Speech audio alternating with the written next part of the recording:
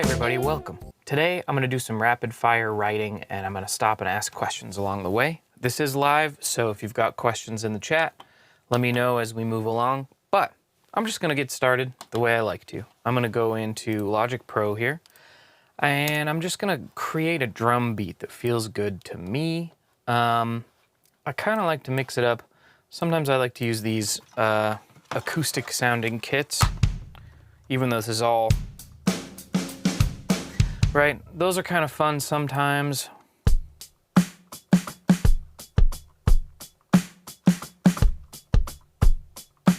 But that one actually sounds kind of fun today. I think I'm going to do that.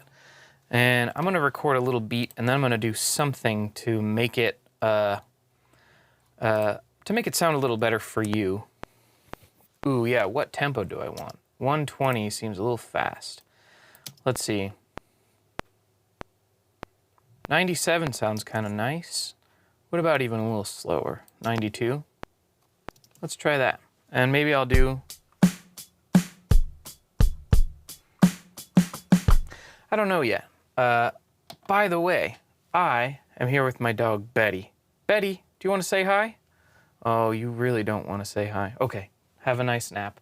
But I'm here with my MIDI controller, which I think I'll put a link in the description to this thing. And I'm also going to dial in my brightness a little bit so I'm not blinding anybody.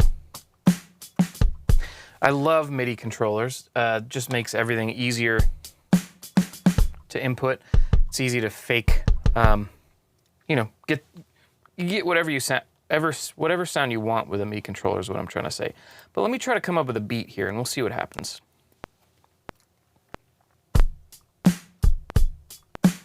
Ooh, I don't know.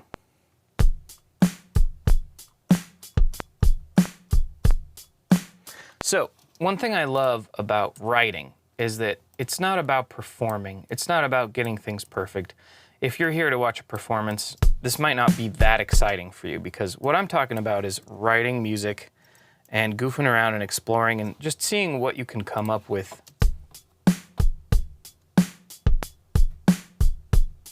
That's kind of nice. I like that. That's going to be a good beat starting point. This is a very dry drum sound, so I may want to sprinkle in some other kind of like, let's see. But first I'm going to make it a little louder for you out there listening without blasting your ears. That feels kind of nice.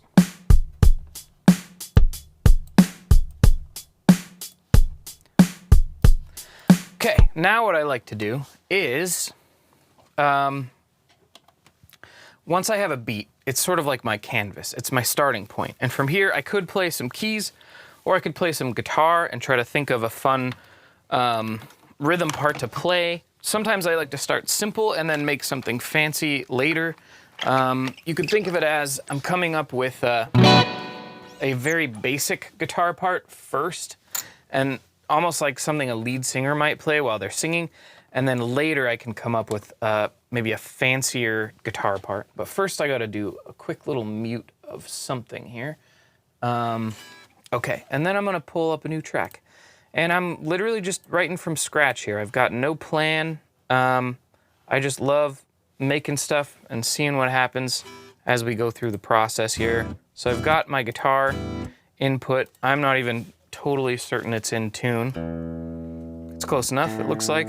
Okay, we'll take it. So I'm gonna set up just some kind of a guitar tone.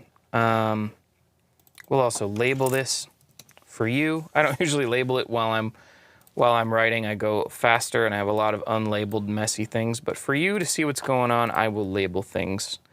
You're welcome. Let's see, basic guitar tone here.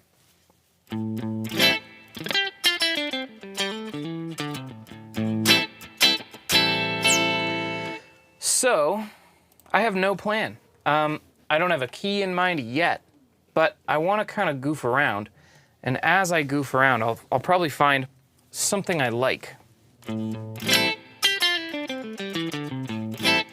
I also might need to fudge a setting to make things sound a little better, but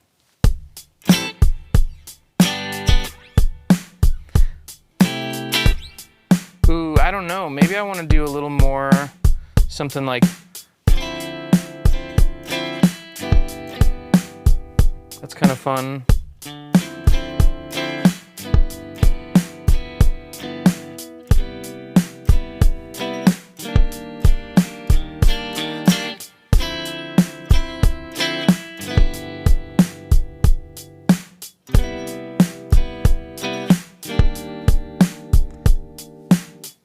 That's kind of interesting.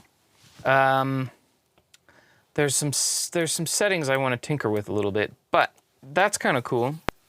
Maybe I want to go.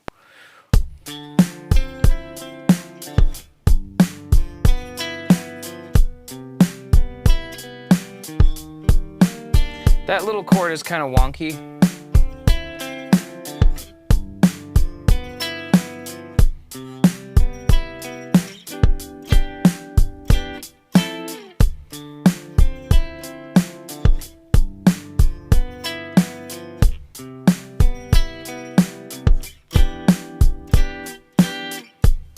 Oh, I could do a little.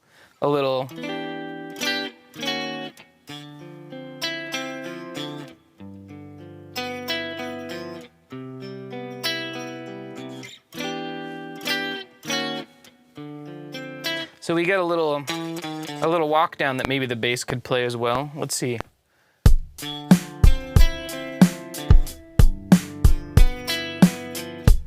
Oh.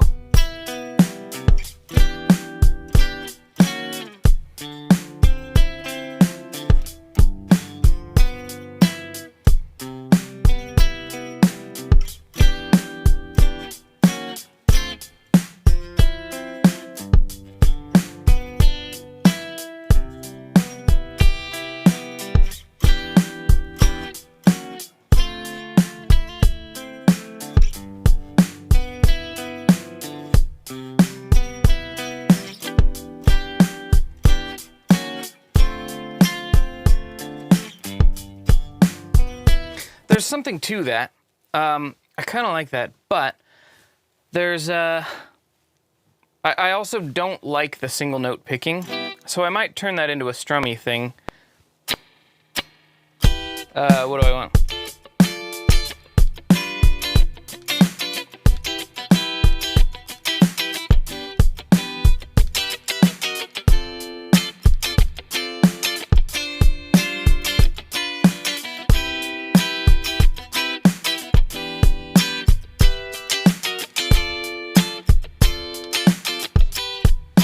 There's something to that I like a little bit more, but what I'm going to do here from here is I'm going to try not to overthink it too much. I'm going to put something down that kind of feels nice in there, and then I'm going to, from there, I'm going to add some bass and maybe some keys, and that'll fill it out a little bit more. Sometimes when you obsess too much over the first guitar part or the first part that you record, you end up not writing anything, and a big part of writing is having something to respond to while you're writing other parts. And if you never have that initial part, you got nothing to work on. So I'm not going to be too precious about this, and I'm just going to try to make sure the rhythm is good and that it's in time and not distracting. But I'll try to keep it simple if I can.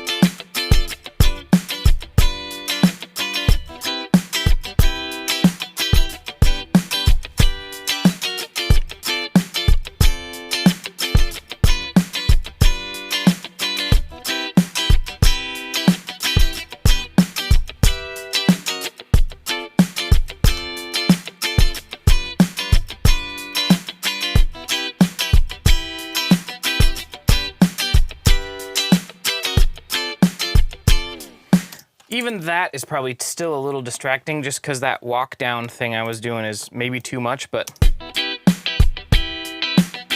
I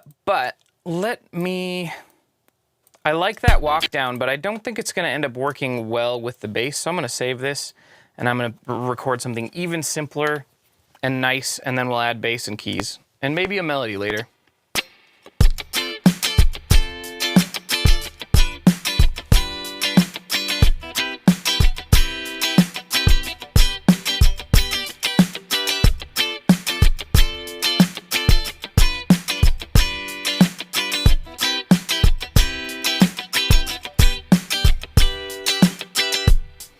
That's kind of fun. Okay, so we got something simple here.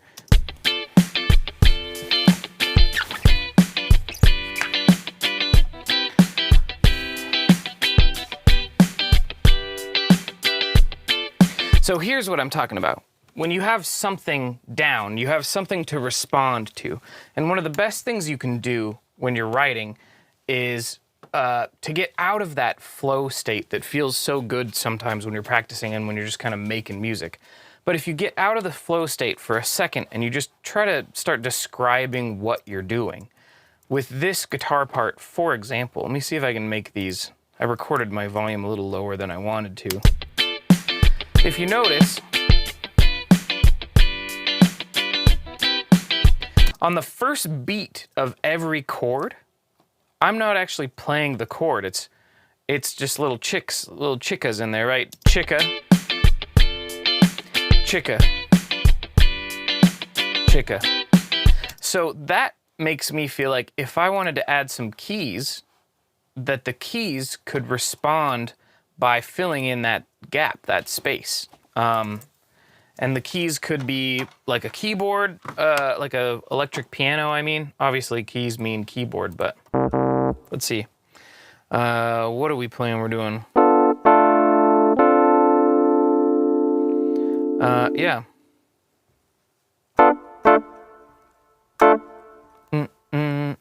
Ba-da, ba, ba, ba-da, ba-da, ba, ba, ba-da, ba-da, ba, ba.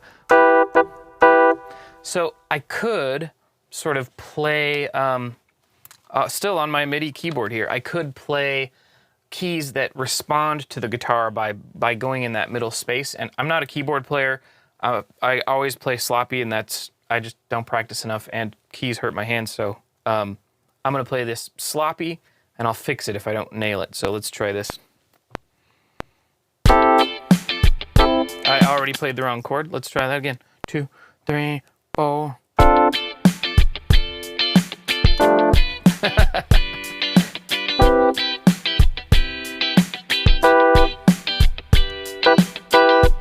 Okay, so it's also super loud. So let me go in here and fix it. Those of you who are keyboard players, hey, if you know any YouTubers that play keys and want to collaborate on something like this, that would be fun. I'd be down. And then let me fix these chords. So if you don't know how MIDI works, MIDI doesn't record the way audio records. It records these little data points. And I think what I want to do here is get...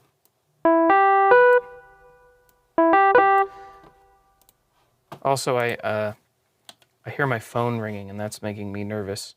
I want to make sure that I've got my Do Not Disturb on here. There we go. Okay. It's live. Let's see. Now I want to kind of make these a little more 7th chordy. And I want to make that clash kind of happen at the bottom of the chord. So I'm going to turn this down a little bit. I'm going to pan it to the left a little bit, and then I'm going to mix it up into that guitar. And you tell me if it feels like it's...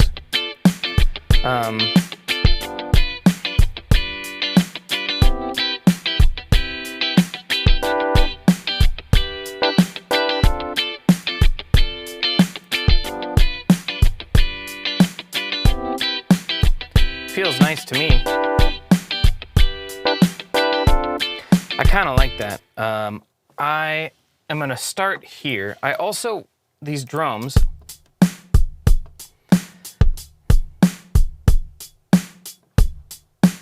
I want to just look at the EQ for a second, see if there's something I can tinker with a little bit to make the kick.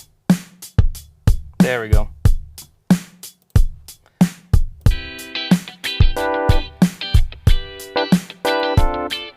Another thing I want to do with the keys is, because they're so sparse, I want to kind of give them a room. Let's see. I don't know if I like that room. But that does feel better. I'm just giving them a little reverb. If I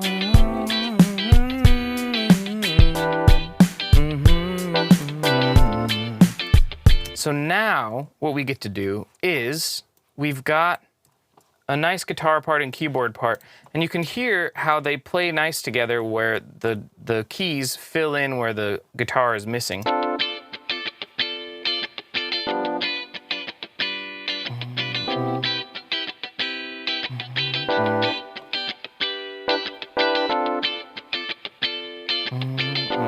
And we could do something, now that I'm listening, we could do something where maybe they hit on the snare as well. Ba, ba, da, and they kind of, something like this, let's see. I kind of like that. I want to do a similar thing over here.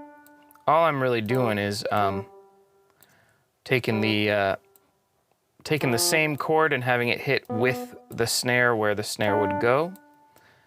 And I think this is gonna fill it in a little bit more so it's not super empty, but let's see this.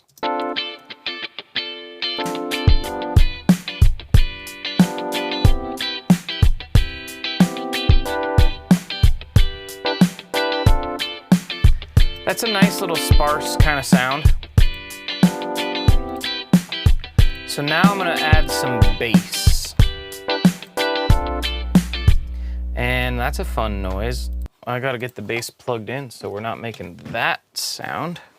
Okay, so while I'm here, I just wanna say thanks for being here. Thanks for hanging out. I'm gonna try to keep it chill and fun. And I see some questions popping up in the chat. So once I get a little bit of a bass line here and a, maybe even a little bit of a melody.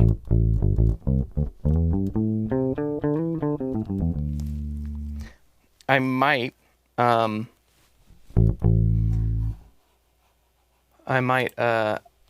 stop and do questions. So, quick little tune here.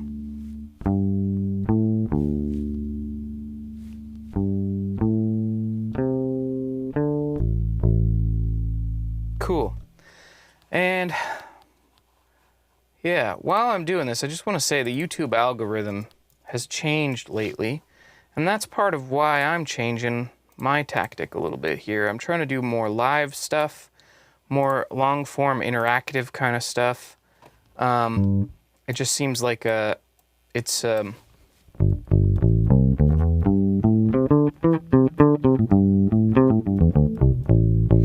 not always going to be financially viable for me to make really intense videos that take me months to make, because people aren't just aren't seeing them the way they used to. Okay, I'm gonna do a little bit more input, and then I'm probably blasting your volume, so I'm gonna turn this down. Yep. And okay. Yeah. So, what do I play on bass? And what are the chords? Well, I'll tell you what the chords are. And maybe for some fun homework in the chat while you're waiting for your questions to be answered, something you can think about here is if the chord progression is D minor to G7 to C major 7 to E minor, what do you think the key is? What key are we in? And while we're doing that, I'm going to listen to the kick drum by itself with the bass and sort of think,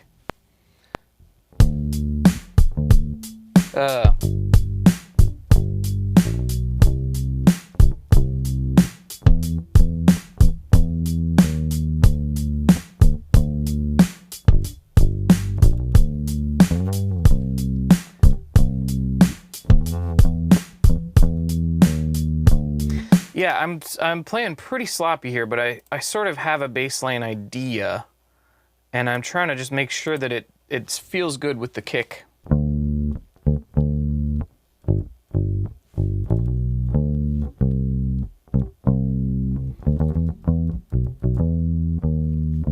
And I'm gonna play with it a little bit.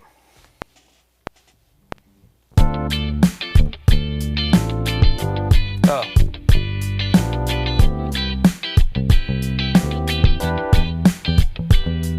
I forgot immediately.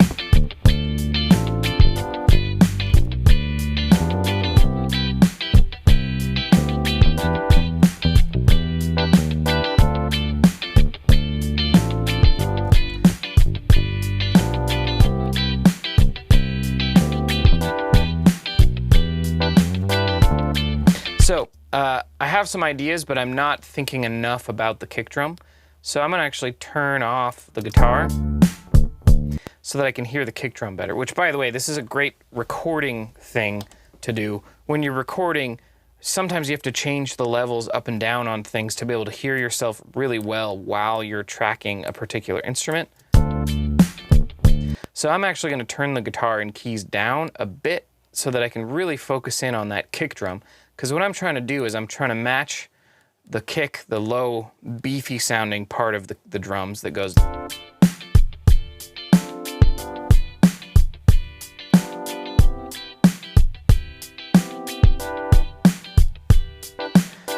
So I'm trying to match my bass line to that. And that's, I have some ideas that I like, which is, this is just root of the D minor, fifth,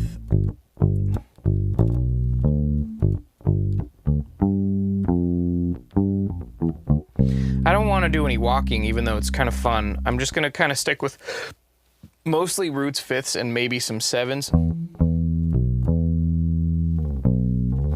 But I'm not sure. I'm going to mess with it a little more, and I'll try to dial it in.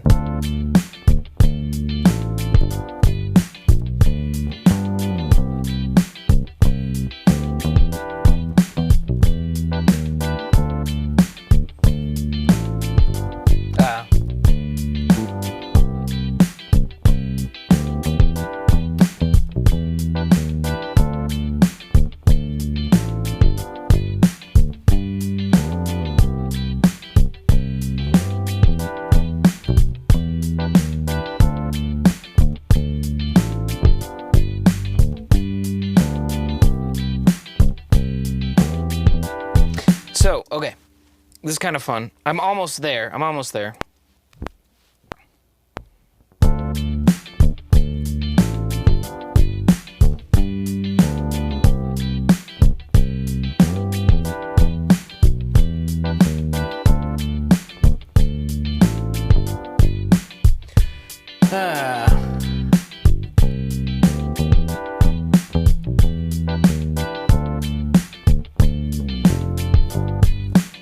I kind of like,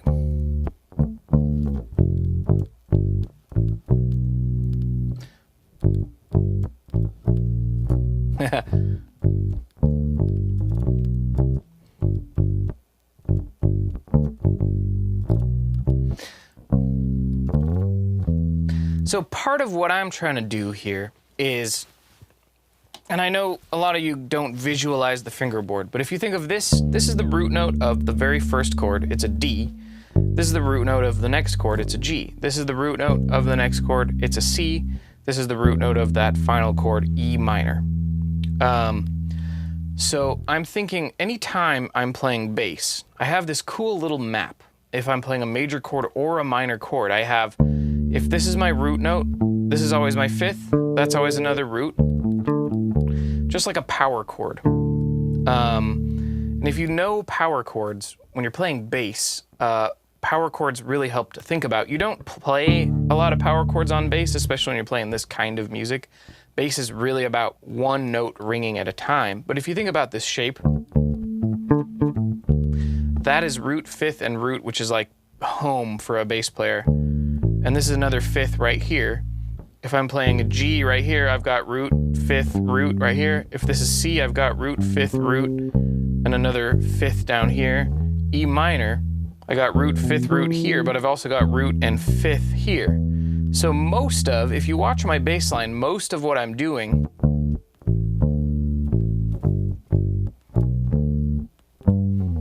is playing roots and fifths, and I'm playing I'm actually playing another root note of that G way up here because I like the sound of that slide better than. But I don't know, I'll try to nail it and not waste your time.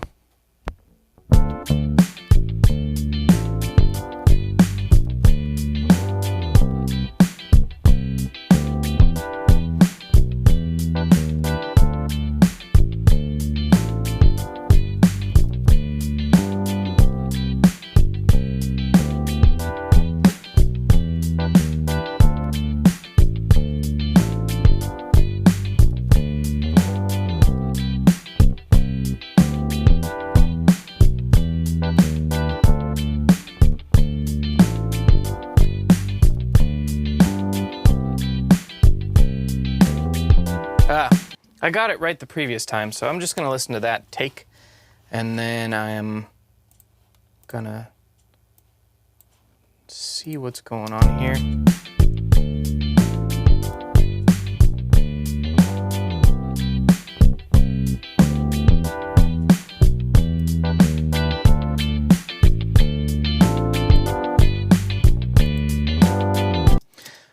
Yeah.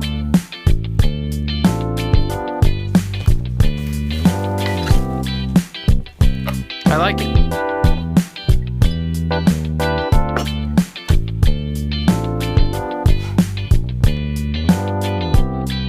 The keys are too quiet, too loud. So, we're right. We're into a little question time now, and then we're going to talk about where do you go from here? How do you write another part to something like this? How do you write a melody? How do you turn it into a song? Maybe even how you write an intro, depending on how much time we have. So, a couple of questions here. Let's see what we have. I have a question. Why does a second inversion of a major chord not sound like a minor with an augmented fifth? Well, the second inversion of a major chord it wouldn't be an augmented fifth. It would just be a perfect fourth. I don't know if this is going to be a question that everyone understands, but essentially inversions of chords, if you have root, third, and fifth. Oh, let me unmute that real quick. Where is that? Right here. There we go. If you've got the root, the third, and the fifth of a chord, on guitar, we kind of jumble those up on a regular basis, and we play like fifth, root, third, fifth, root, third, or sometimes we'll play like root, fifth, root, third, fifth, root. But when we're talking about pure inversions, and we're playing root, third, and fifth, this person, Traver, is asking, why doesn't the second inversion, it basically sound like an E minor chord, but with like an augmented note in there? And the answer is basically that stacks of thirds for our ear is what makes it sound like a chord to us, and what helps us sort of put this hierarchy of where is the root note. And when you're playing with a bass player in a band setting, the more other instruments that are playing, the more that kind of reinforces the sound. For example, that very first note of this chord, I'm technically playing an inversion in the keyboard where the keys are actually playing the 7 of the chord. But because the bass is playing with me, it kind of completes the whole picture of where the root note of the chord is. So it's an interesting question. It's one that maybe I don't have time to dive into a ton right now, but yeah. Wild Warlock says, hey, I got to go to work, but what would you recommend as a first free software program? Reaper is a great first free or cheap or free recording software if you're on a PC. GarageBand is fantastic if you're on Mac. Wild Warlock, do you ever go lyrics first like Elton John, or always use the same pattern of drums, then add other instruments? That's a great question. Different settings. So I don't actually know a lot of people that do lyrics first. A lot of times, people who are more lyric-minded will have a whole book of lyric ideas that they're working on, and then they'll have kind of a pile of song ideas that they're working on that may or may not have any lyrical ideas to go with them. But when someone with this lyric notebook sort of comes across a song idea that has a certain feeling or a certain vibe, they'll sometimes go through their old book and go, okay, this song has the right energy for that kind of sound, right? Like this is kind of this is like, I wouldn't say crazy energetic, it's kind of chill. It could be like a wistful, sweet memory kind of song. And so you might go, okay, what lyrics do I have that are on that topic? And then you might start fitting lyrics and a music idea together. But there isn't this pure system where you go, I'm going to write about a specific topic in a specific style, and I'm going to I'm going to do a song in this style, and it's going to be about this. For a lot of people, it's a little bit more of a discovery process of let's write something that sounds nice without trying to force it to be something. And then as we move along, it kind of lets itself known a little bit more, and it kind of, it almost like takes on an identity of its own and makes it easier for you to figure out, what am I going to do with this? Yeah. By the way, how is my sound right now? I just adjusted a few things on my last pass through, and I'm realizing some stuff doesn't look like it's coming out the way I wanted it to. So if you can't hear me very well, let me know. I might just turn my vocals up a little bit. But otherwise, let's see what happens here. I didn't see any other questions. By the way, Zach Asterisk was right that we're in the key of C major, and this is a 2-5-1-3 progression. Before we get into melody writing, let's talk about what that means over on the camera guitar. And I'm going to turn the volume up on this thing a little bit. Let's see. There we go. All right, so if y'all can hear me just fine, that's great. So what it means to be in the key of C is that we start on the note C, and then we apply, what is called the major scale formula, which is from that root note, we play a whole step, a whole step, a half step, whole step, whole step, whole step, and then we're back with a half step to the root. So if you look at the circle, you can see anytime I'm skipping a note, that means I've gone a whole step. And anytime I play the note right next door, that means I've gone a half step. So the weird thing about guitar is we've got this nice visual way to look at things, which would be to start on C on one string and go whole, whole, half, whole, whole, whole, half. But because guitar has this funky system where this note and this note are the same, and this note and this note are the same, we get to do this kind of rap thing where it's a whole step from here to here, but it's also a whole step from here to the open D string. So we can go whole, whole, half, and then we can go a whole step to G, but that's also the open G string. So we can just go, and then it's a whole step to here, but we can also use the B string, and then we're back a half step. So we've got whole, whole, half, whole, whole, whole, half. So this is a C scale, but what does it mean to be in the key of C? Well, all it really means is that we're using notes from a C major scale to play bass lines, to make chords, to to write our melodies and stuff like that. And it just so happens that because that formula is the same for every major key, then we get the same, not the same chords, but we get the same set of major and minor chords in the same order. In other words, in a major key, you build chords by starting on one note of the scale and then leapfrogging through every other note of the scale. And it just so happens that when you start on the first note of the scale and you play every other, you get a major chord. What makes a major chord is when you move the distance of a major third, which, pause for a second. The distance from here to here we talked about, that's a half step. The distance from here to here, that's a whole step. The distance from here to here, that is called a minor third, especially if we have the proper label of E flat. And if we go from here to here, that's called a major third. So these are called intervals. These are just measurements of musical distance. And the smallest movement is a half step, then we have whole steps, then we got minor thirds, then we got major thirds, then we got, you know, what is it, a diminished fourth, and they're, you know, augmented fourth.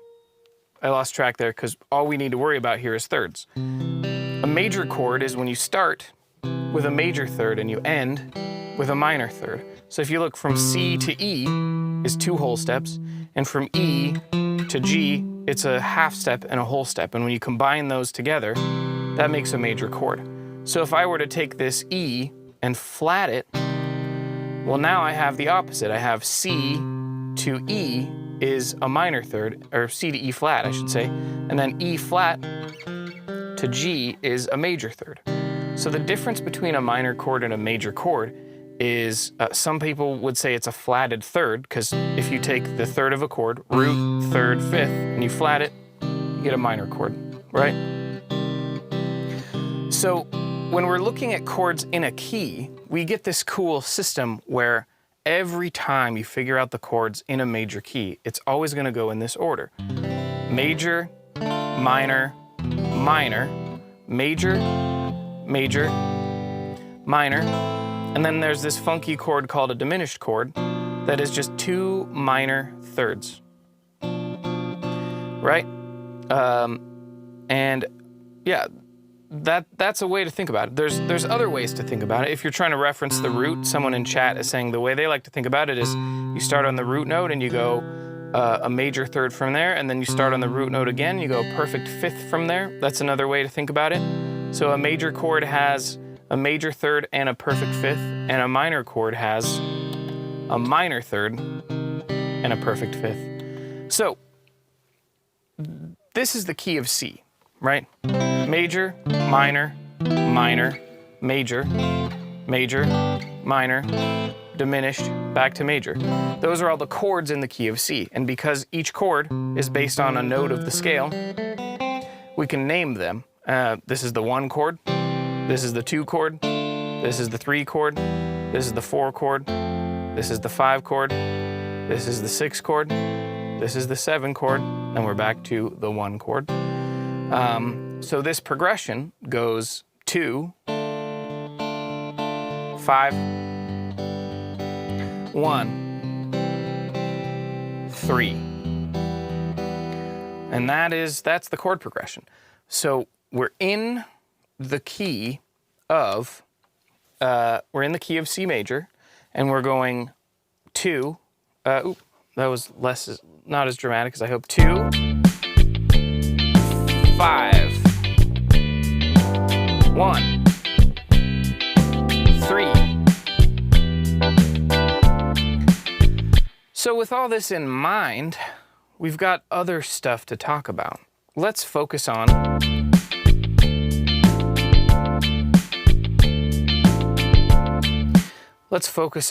the 1 chord for a second, because, the first chord in the progression, which is actually a D minor chord, which I'm going to put in blue, not pink. There we go. So D minor is the first chord. So if we're trying to write a melody, I have 3 simple rules. When you're writing a melody, step 1, there we go, always start on a chord tone. And that's just a fancy way of saying start on the root third or fifth or sometimes another note, which we could talk about later. Always start on one of those notes when you're playing a melody. So any of those notes to start are going to sound pretty good, and I'll prove it to you. We could start on da, or we could start on da, or we could start on da, da. Any of those notes sound pretty good for a starting point, right? And then if we want to turn this into a melody, we can go to rule number 2, which is once you've already done rule number 1, start on a chord tone. Rule number 2 is if you're going to jump, only jump to another chord tone. So if I start on D, na, na, I don't want to jump to a G that's out of the chord. And if we sound like na,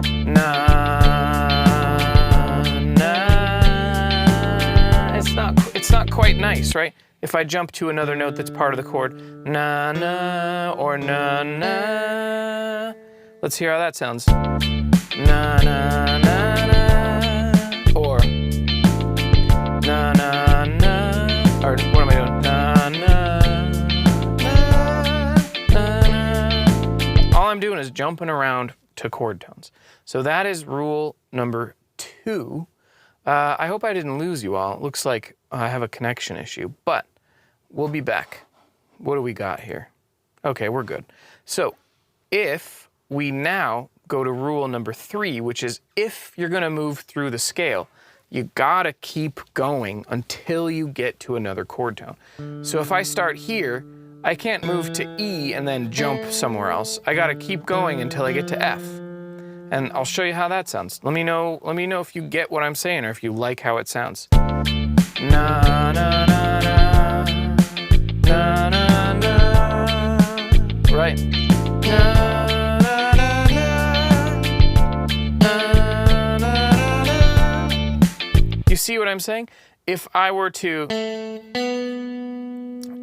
go here and then na, na, na, it might sound a little wonky.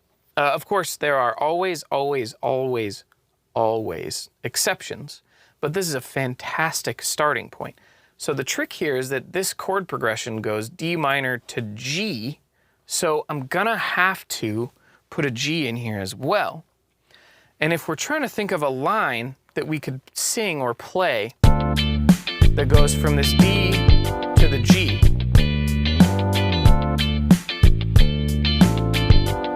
how do we do this?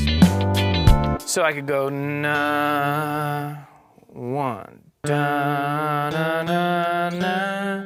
I could do that, and that's gonna sound just fine. Na, na, na, na. Because by the time we get to the G chord, I will have arrived at a note. Na, na, na, na, na, na, na, na. Let's try that melody. Na. So again, we're starting on the D of the D minor, and we're walking through the scale. And then we actually are going to end up walking all the way to a note that's part of the next chord. Let's try this. Na, na, na, na, na.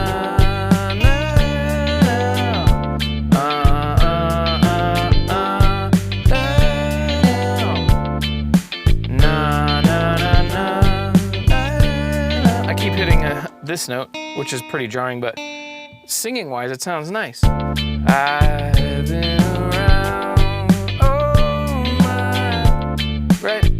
That's not bad.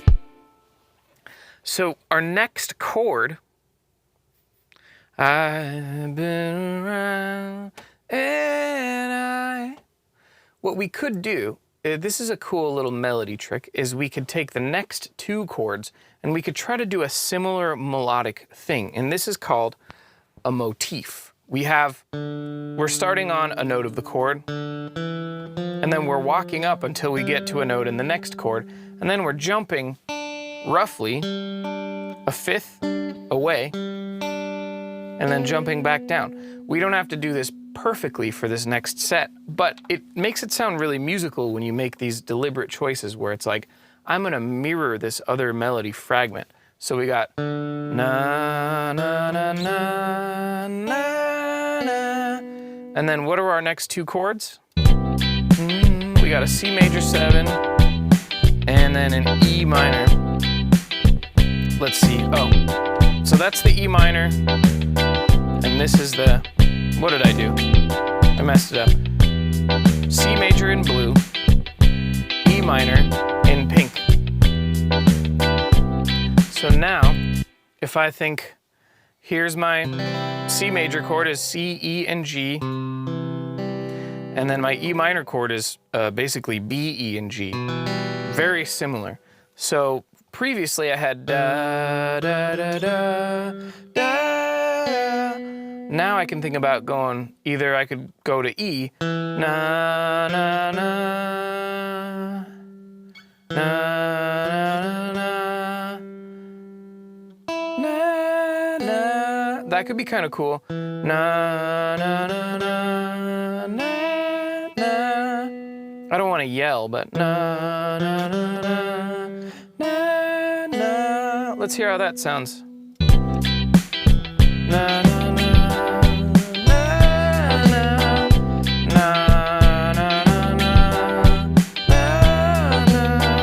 That's kind of cool. Let me try a different one. Na na na na na na na na na na. Let's see how that sounds. Do you see how I'm doing a similar thing? I'm finding a chord tone.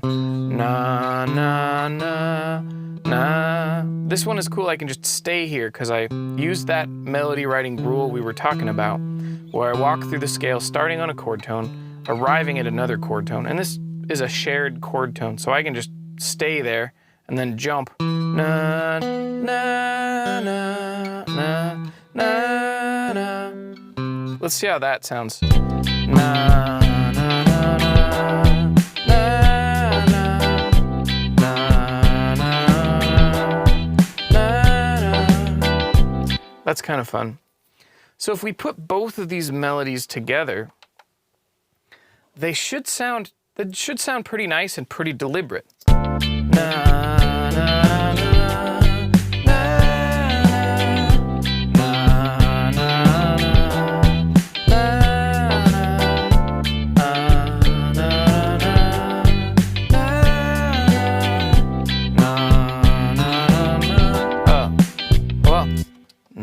na, na, na, na, na, there's a couple of different choices there, but basically, that's how I think about writing melodies. And it sounds nice. It sounds pretty good. There's something missing, though, and I want to show you what's missing. But, wow, a dramatic walk back to my desk here. I would like to record that basic melody idea, but I want to show you something, and you might agree once you see what I'm talking about. But first, what I gotta do is I gotta set up this microphone. So now I'm just using this microphone. Na na na na na na. And what I'm gonna do here is I'm gonna set it up for, for this vocal part. I'm gonna back off a little bit so it sounds better. Na na na na na na na na na na. If you're wondering what I'm doing here, this is a compressor, and this just takes the loud parts and tamps them down a little bit.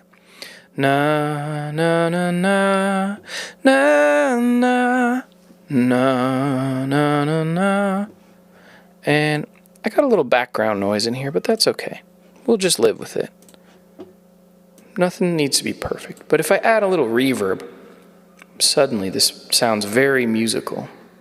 So let's go turn the vocals down just a touch here. Na na na na na na na na na na na.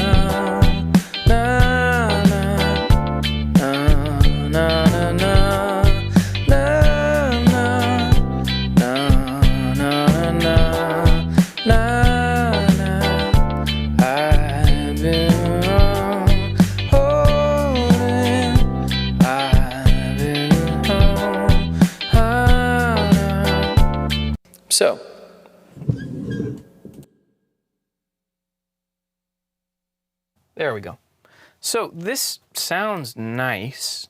I like it, but there's something about it that's missing. And for me, this is the secret sauce of writing melodies. I've been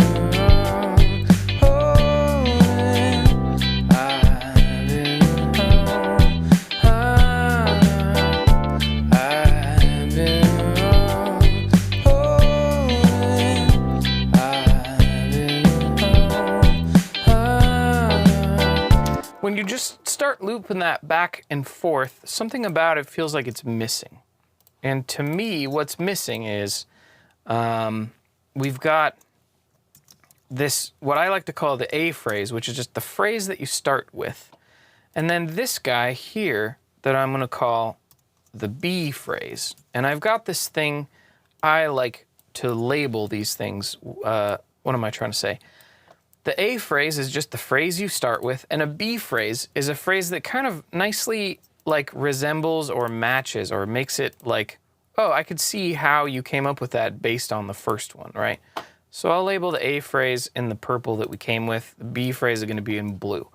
And what I like to do when I'm writing melodies is I think of these A phrases and B phrases as really crucial pieces, but somewhere in there we need a phrase that kind of like changes things a lot. We want to trick people a little bit. We want to play with people's expectations. So we could have a C phrase right here instead of this A phrase, or we could have a C phrase right here, and that'll make the melody feel a lot fresher. And then I want to show you a trick you can do with that. So if we've got na na na na na na, I'm gonna put some kind of melody there. We'll see how it sounds. I'll think of one as it's playing. Maybe I'll just do a new take here. Let's see. One sec. I muted everything on accident. I just wanted to mute my main microphone. Here we go. So we got. I've been alone, holding. I've been alone, holding. I want take me on the.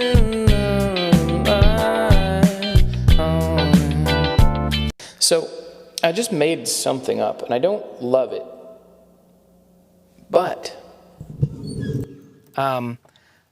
it really, even though I don't love it and I don't feel like it works super well, it still changes your expectations from hearing the same thing again. Tell me if you agree in the chat. I've been alone, holding.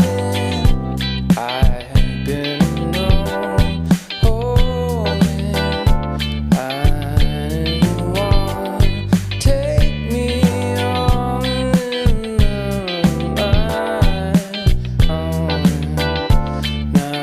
You see what I'm saying? It's like we can still divide it up the way we did before, where it's like these two are the A phrase, right? A phrase.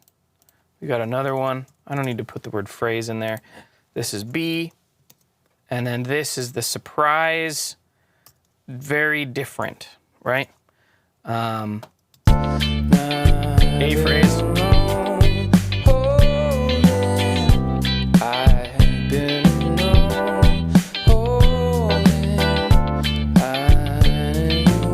These two are the same.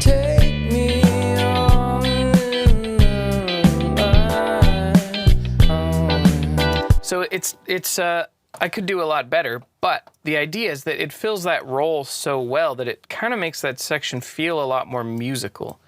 And that's kind of, to me, that's the secret of writing melodies, is it's less about picking the perfect notes and making sure every single note of your melody is exactly the one you want it to be. And it's more about the relationship between these phrases. This phrase refers to this phrase, so you see that they're related, and then this phrase is noticeably different. And you kind of tell a little bit of a story. And one of the coolest things about this trick is that you can repeat and change again. So if I were to copy and paste over here, I may want to change something a little more dramatically this time through. Maybe I would want to change these two phrases to something new. And then we've got A, B, A, C, sort of like D, E, A, C, and it's like, oh, it actually becomes one big, this is now A, this is now B, this is now C, and then this is B again. Like, they kind of link up together. So if I were to do another take of, like, just imagining this being a longer section, I'm still going to kind of improvise it, so it's not going to be, like, really special, but let me try. Check. So we're going to do A, B, A, C, then the second time through we're going to change something about it.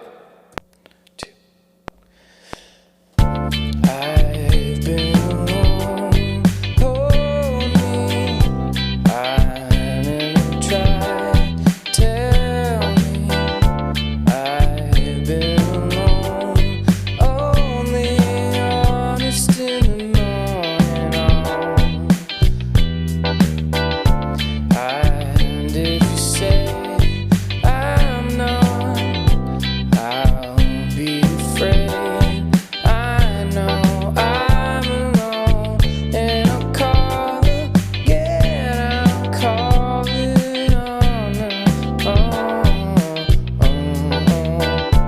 So again, not perfect, but like I said, this is live, so you can kind of see what I'm talking about here. I can divvy these up again, so you see what I'm talking about.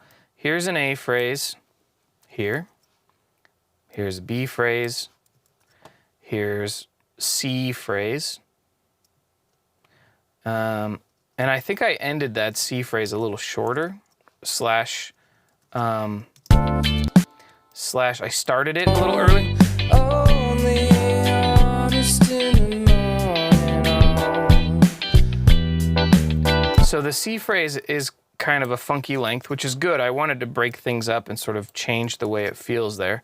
And then back in here, we've got these other phrases. Let's see. So my matching phrases here are A, oh, I guess I have to hit Shift.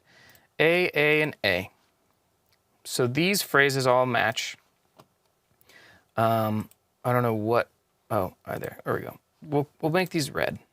And then we've got B phrase here, which I think,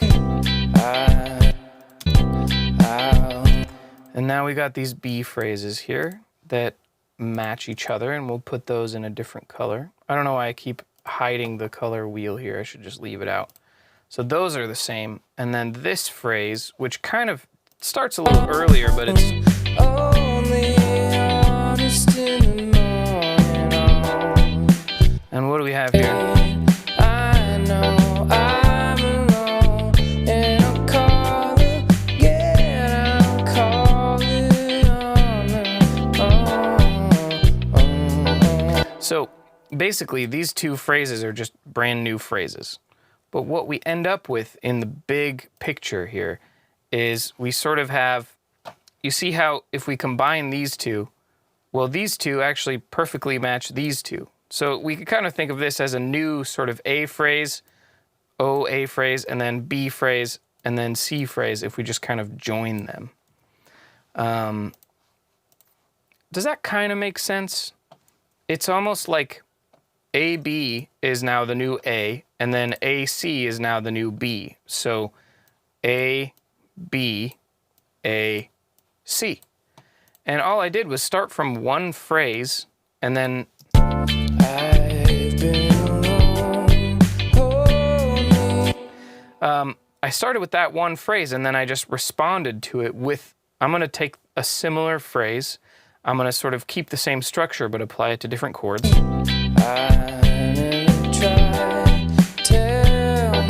And then I took one pass of just changing up a phrase. So I started with these four, and then I went, okay, I'm going to repeat that whole thing, but I'm going to change it a little bit more dramatically at the end the second time through. And of course, you know, this isn't a song, this is BS lyrics. I just started writing this like an hour ago, so it's definitely a rough draft of something.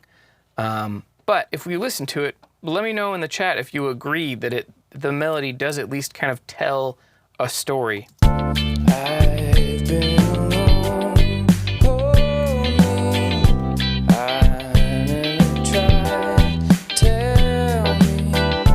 I've been alone, only honest in the morning. And if you say I'm not, I'll be afraid. I know I'm alone, and I'll call again. I'll call it on.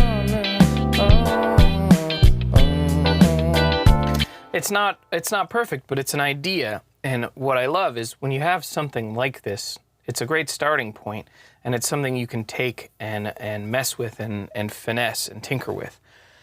So from here, I don't know where I want to go. Also, I just realized I'm streaming vertical as well. And if you're watching this vertical and you want to say hi in the chat, let me know. Let me know if this is even worth streaming vertical. I'm guessing it's probably not, and I'd recommend watching horizontal, but I'm trying it out. We'll see how it goes. So usually I try to limit myself to about an hour on YouTube, even though what's the point? Because it's a live stream, and live streams are weird. Let's check out some chat questions. I thought I saw a few things in here. So we're pausing and going up to some questions. Let's see. Where was that? Scrumble Stump says, oh, yeah. When you have a song or a section in your head, how do you get it into the DAW? I understand the theory, but I don't understand when to track what, and I get into a re-recording loop. So that's a great question. When you have a song or a section in your head, how do you get it into your DAW? There does become this sort of like, I'm thinking about this sort of viral game there that used to be on iPhone that was like, there would be this brick up above in the sky, and you'd click a button and it would fall, and you'd click a button and it would fall, and your goal was to try to get this perfect stack higher and higher and higher in the sky. And of course it would start getting wonky, and then it would be more and more and more chaotic and wiggly. And when you're doing a recording session like this one, it's really important to think about what's the foundational element that everything is going to refer to. And part of the reason I record drums first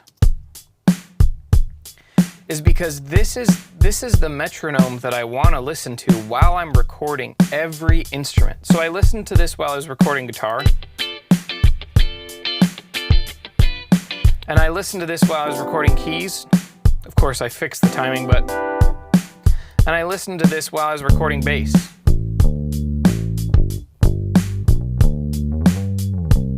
And what can happen is if you don't have one instrument to be that foundational rhythm instrument that you're referring to when you do your recording, is you might go, okay, I listened to the drums while I recorded guitar, and then I listened to guitar while I recorded keys, and then I listened to keys while I recorded bass, and then I listened to listened to bass while I recorded melody.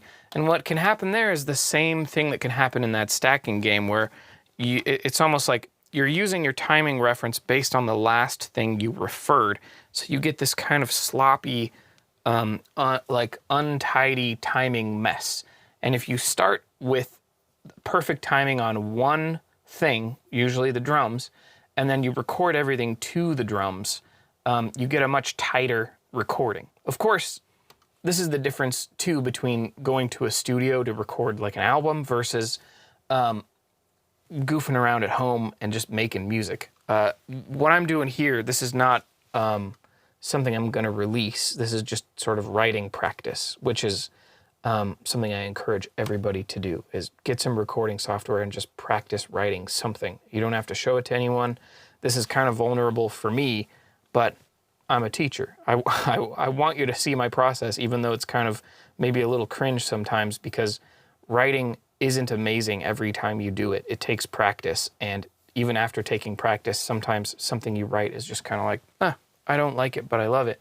So all that to say, the reason I brought that up is that in a recording studio scenario, what a lot of people will do is, if it's a band that plays their songs over and over and over and over, and they are really tight together, they might get all in the studio together and get a metronome for the drummer, and then everyone plays the song together, and then the recording engineer takes the drums out of the mix and then has the drummer do however many takes to that performance that they need to get a really solid drum take. And then, believe it or not, you'll erase everything else you did and re-record the bass, the guitar, the keys, the vocals to that perfect drum track. So even in the studio, you do this kind of thing. Sometimes people will make a track like this that has maybe a really fancy metronome built in and all the parts recorded, and you'll take that to the recording studio, and you'll start by having the drummer play along to that track, and usually they've practiced and rehearsed to that track so that they're ready to record drums to that track. And then you mute that track, or you just mute one instrument at a time and record it while everybody is just mainly listening to the drummer for their timing. So everyone's locked in on one source. Scrumple, that's a really long answer to your question, but hopefully that makes sense. You always want to track your core rhythm aspect of your track first, and then every time you record the next thing, you want to adjust your volumes and your settings and turn other instruments down so that you can really laser hone in on that one rhythm instrument. And if you do that, your tracks are going to sound a lot tighter.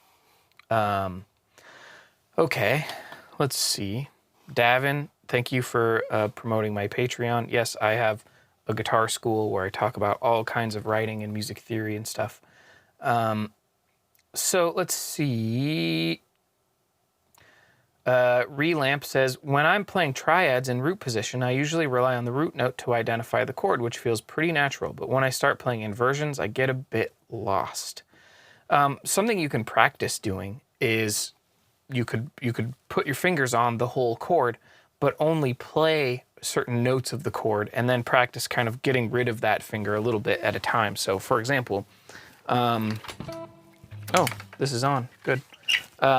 If we are looking at, here's a C chord again. This is, root position. And then first inversion technically looks like this. But if you keep your finger there and you only strum, well, that's a good way to practice. You could also start identifying different shapes by where their root note is and what the lowest part of the chord is. For example, this D-shaped chord, if you're only playing these three notes, the middle note is always the root note, and the fifth is always here, and the third is always here. So when I'm thinking about a D-shaped chord, I'm always thinking about the root note being on this string.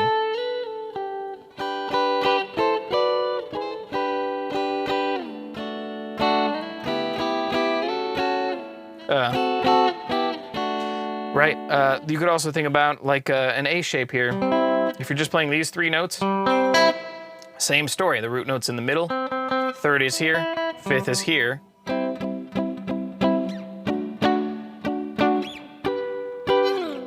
So getting used to the idea of every time I play this shape, my root note is here, and that's the one I'm trying to find a location for.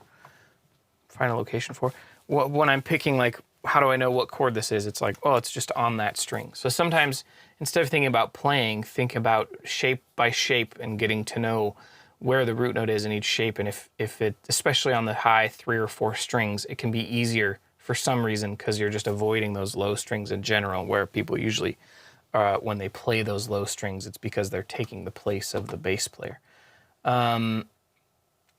Let's see. I think I kind of just gave some advice there, but yeah, a caged system helps immensely with sort of thinking about inversions in a very guitar-y kind of way, because I mentioned earlier on guitar, we don't necessarily think in inversions as much as we think of chord shapes that either are in like root third, fifth order or in like root fifth, root first kind of order. And so getting to know those chord shapes, the C shape, the A shape, the G shape, the E shape, and the D shape will help your playing immensely and will help you think a little differently about how that stuff works.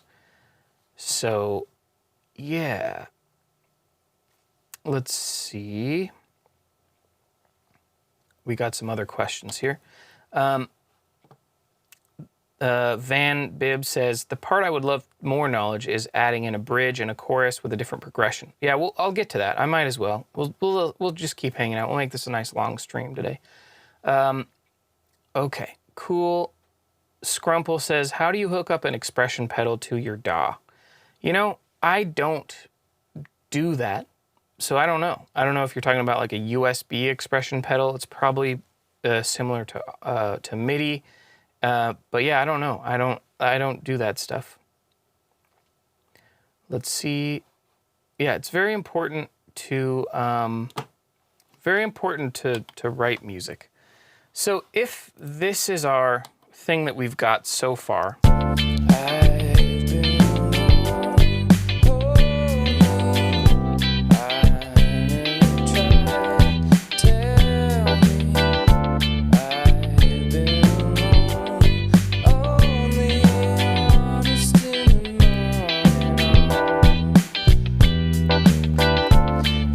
so if this is what we have so far, I'm going to mute this melody because I might want to come up with a different melody. What do we do with this? What do we call this? Well, it does have a little bit of a... The vibe of it has a very versy kind of vibe to me. The melody feels a little chorusy to me. So what I might do is I'm going to create a new section, and I'm going to start with a drum beat just to give a little vibe check. So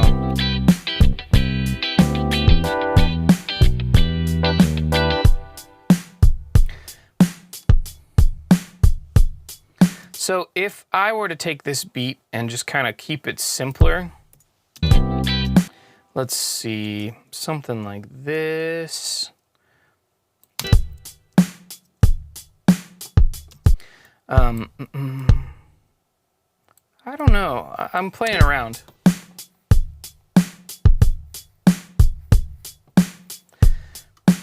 I kind of want to get something simple here. And maybe I want to do, maybe, I don't know if a 16th note thing is too intense, but let's try it. Let's see.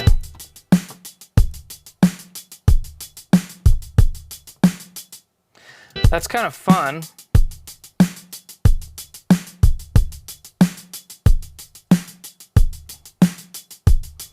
And I want to throw in just like a little open hat somewhere.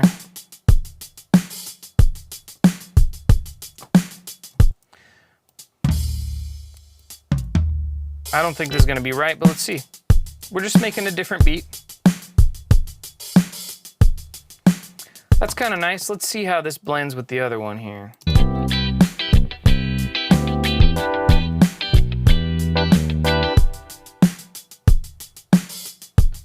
It's a little different of a beat, but another thing I want to try is, now that we've got a more established beat, I might actually prefer if this was a ride cymbal like this. Let's see how this sounds. I like that better, so I'm going to replace these drums up here.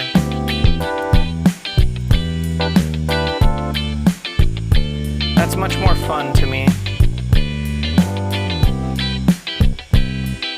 And let's see how that blends into this next section.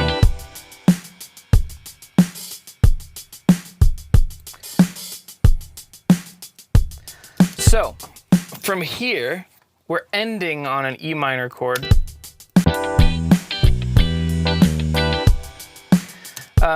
I could go back to guitar first here, which might be fun. And maybe I want to do something a little more.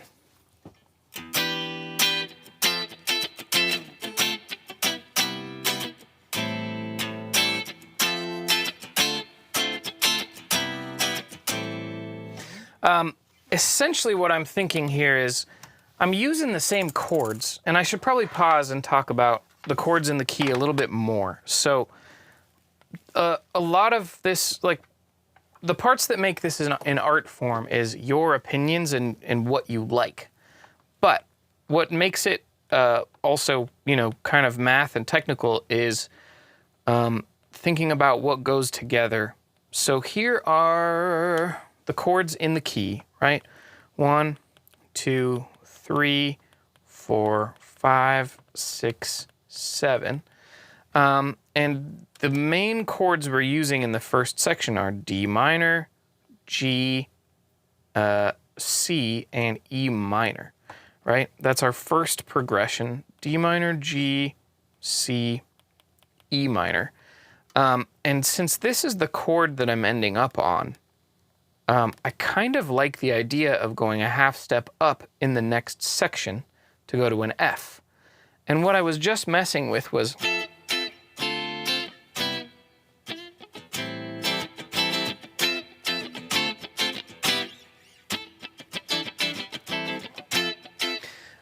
thinking about doing something like F, D minor, C, A minor.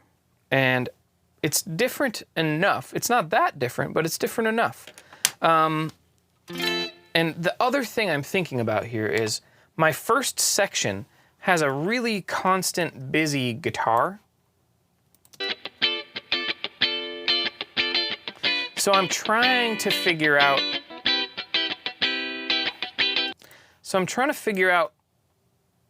I don't want to keep that constant guitar in this section. I could, and I could change something else, but and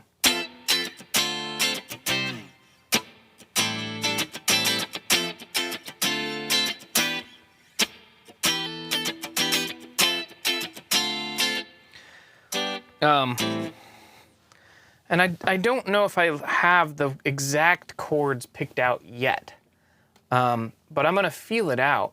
And the other thing about this is as you get the hang of thinking about bass parts and keyboard parts, you start realizing you don't have to be quite as precious about each part that you play. This guitar doesn't have to do everything because another instrument can do it. And a lot of times people get carried away when they think about, how am I going to play this live with just me and my guitar? A lot of times when people do that, they're taking everything that a band has done and like distilled it down. So what I'm doing is I'm doing the opposite. I'm just playing a guitar part, and then I'm going to let the keyboard and the bass play those parts. But I don't know yet.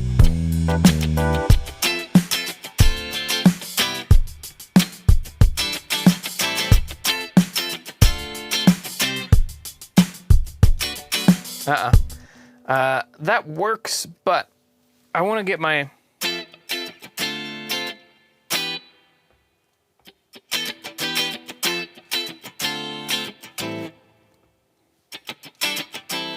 I kind of like... There's something there.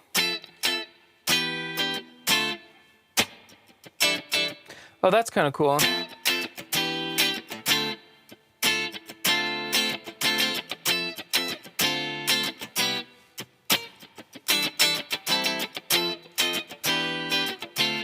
No, I'm gonna play it the way I did before. Something about that felt good.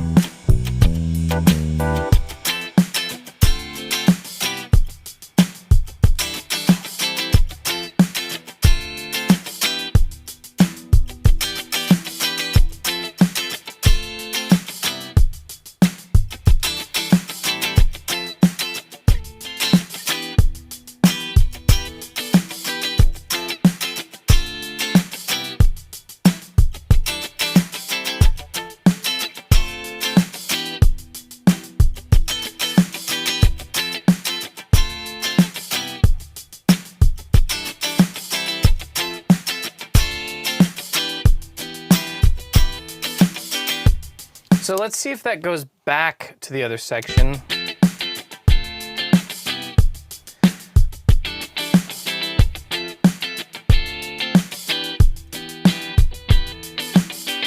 I'm gonna do this previous take. I was trying to think about how it would loop back on itself, but what I'm gonna do now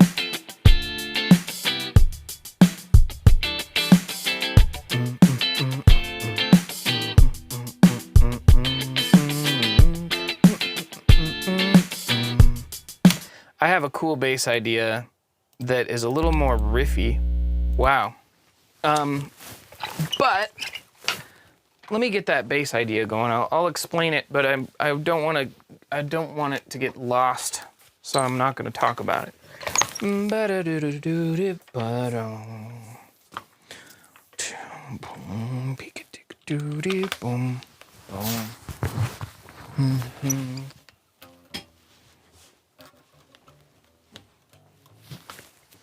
Let's see if I can do this.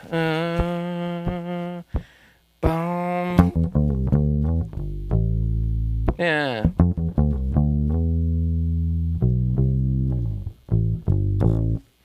I don't know if this is going to be right, but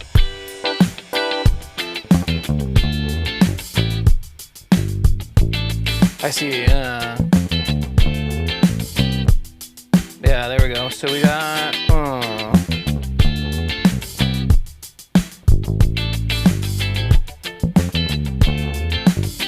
So I've got this little riff in mind that is, I'm not going to nail it until I know how I want to do it, because the guitar is playing F, F, E, E, C, F, F, D, D, C, and then it's going to A minor. So I'm thinking boom, boom.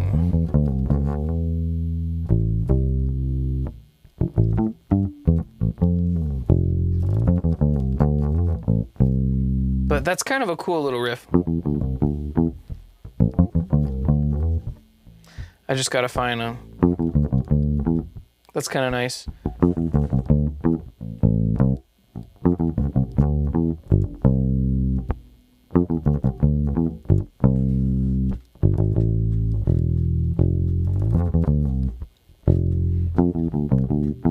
Something like that. If I start with that F, boom. Boom. Let's see if that works.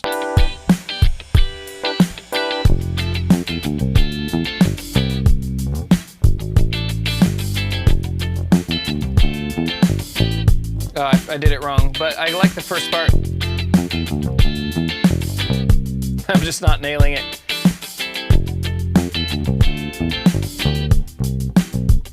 So the first part, that works. Boom, beep, ba, ba, ba, boom, boom, boom. And that leaves space for the vocals. Boom, beat it, da, da, da, boom, boom, ba, da, boom, boom, boom, beat it, da, da, da.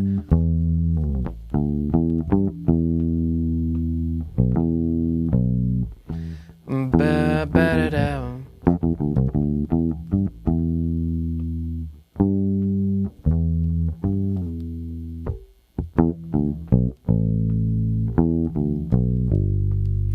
Yeah, we'll get it. It's kind of fun.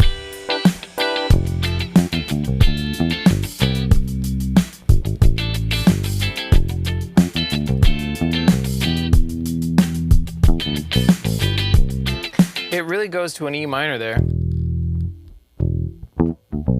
Yeah, I think I mean to go low. Boom, ba-da-da-da-da. Yeah.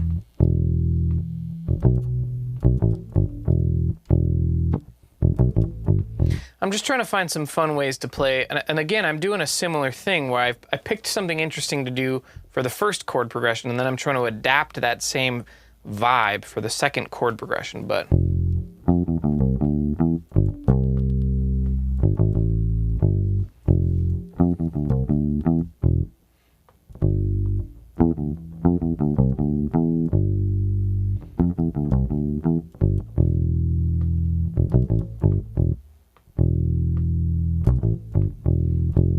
Let's try that. I think I got something.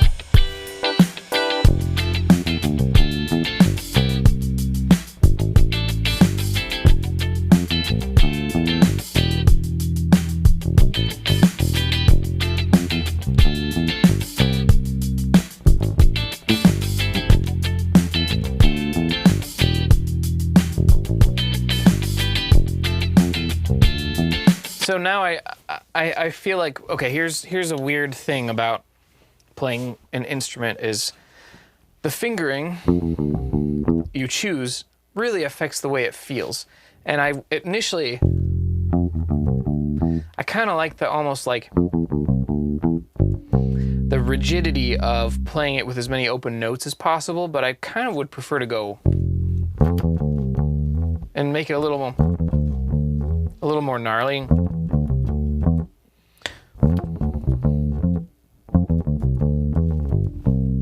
And do no open notes. But I gotta pick a fingering because I'm going a little too crazy, so I gotta go.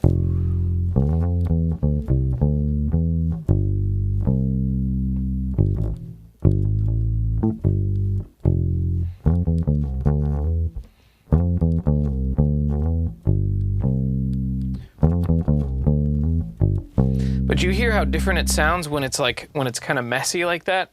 I like it better, but it's harder to play.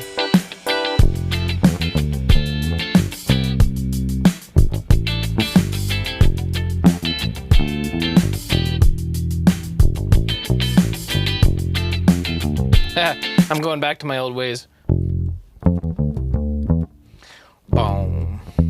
Partly because it's faster than I expected.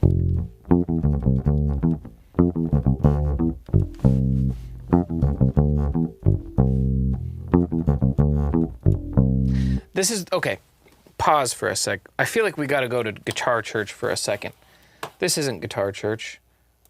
This is guitar church. Okay, we're going to guitar church for a second because the thing about guitar church, and it looks like this is as far as I can go, but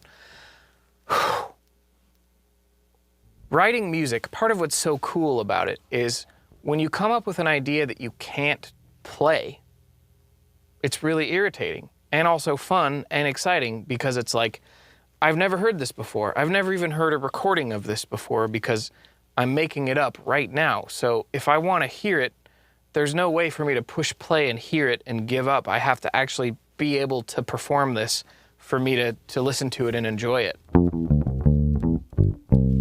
So what I'm going through right now is I want to play this perfectly, and I can't right now, and it's really bothering me. So I'm going to go into practice mode for a minute because I want to nail at least a nice version of this, and then I want to add some keys, and then maybe we'll call it a day, or maybe I'll stop for questions if anyone has questions from here. But I'm going to practice it, and I'm going to mess it up a bunch, but I'm irritated right now. I want to nail it, and I want it to feel good and sound good, so I'm going to screw around a bit. So let me see here, and I'll just hang out here if I can find my mouse. Yeah, let's do it. But this, to me, this is the magic, right? So we got.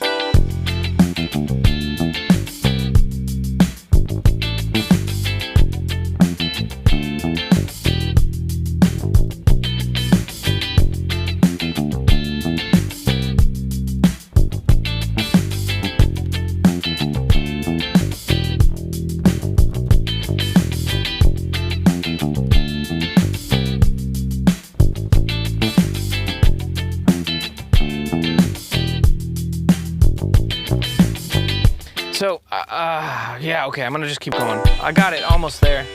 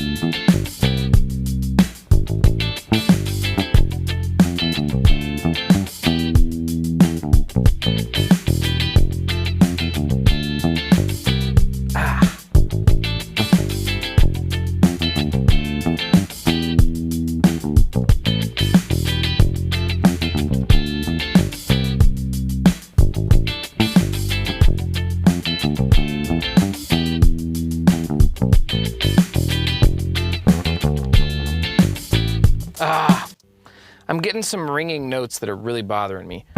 One more try.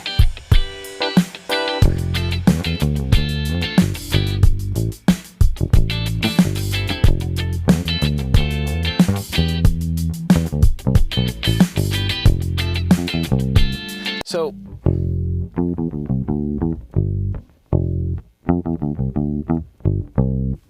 I'll get it.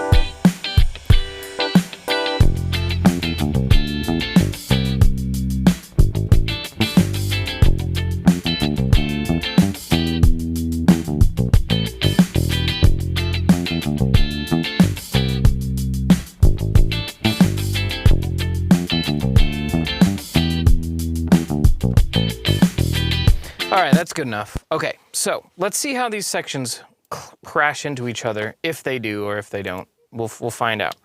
I'll get smaller. Let's see.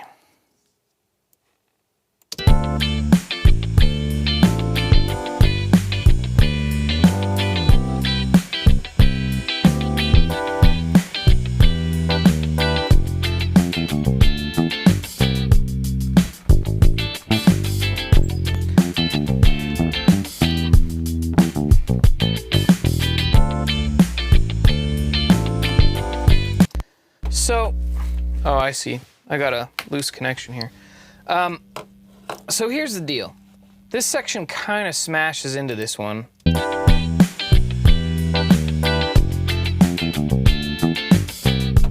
And what we would have to do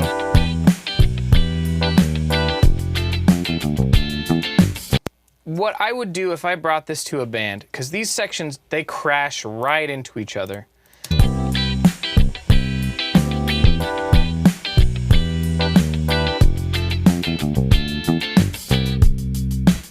Is I would start going, okay, how do I smooth out the sections?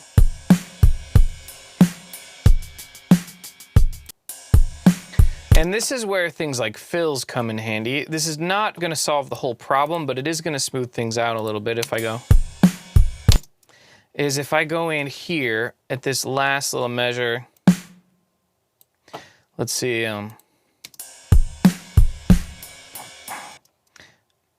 and I do a little kind of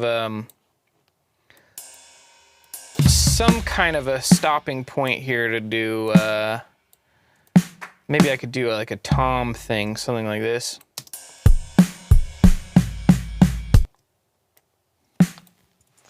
Let's see.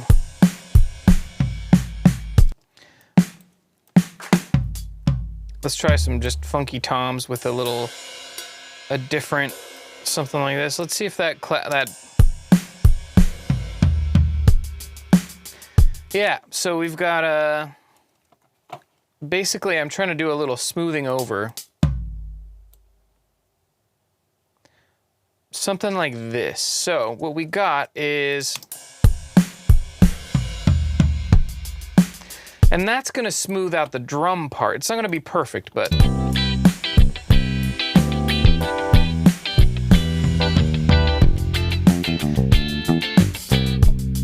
and if I was playing bass here,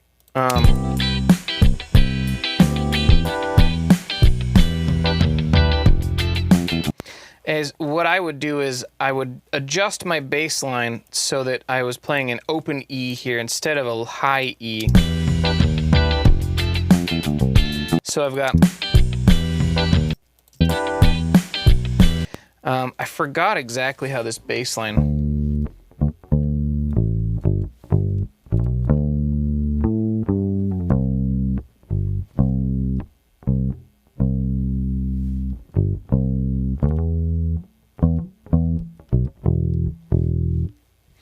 But I might.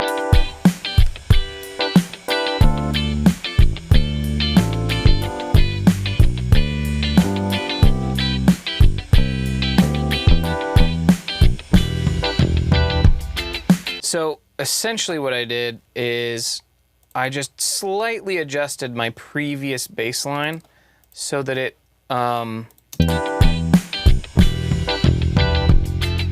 so that I get those low chords hitting there a little differently. And then for my keys, what I would do is this little this little final bet thing is actually throwing everything off. And so what I might do is straighten that out to go ba ba. And I might even put like a wonky chord there, like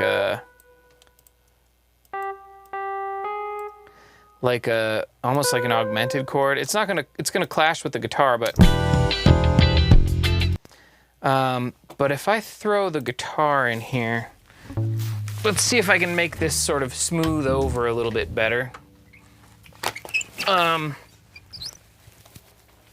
Because this is the problem with writing loops, right? Is you're kind of you get so focused on these 4 bars, and then you clash another 4 bars in, and then it's like, oh, this is totally different than what I was expecting. So I gotta. So I'm gonna adjust what I'm playing here to crash into that next section a little bit better. Let's see.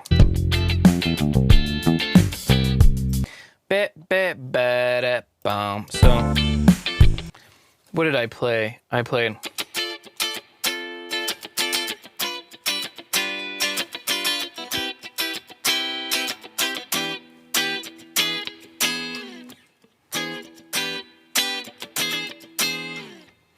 Yeah, so all I'm doing is creating a little sort of different feel for a second there. So I'm gonna go.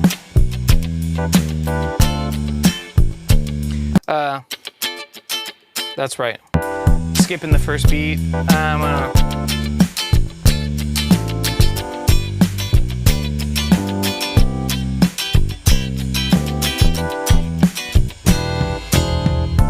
That's right.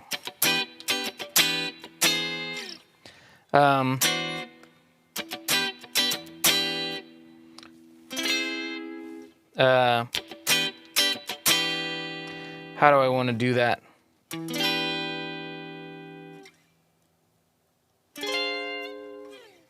Yeah, I could do that. Except that's not the right chord.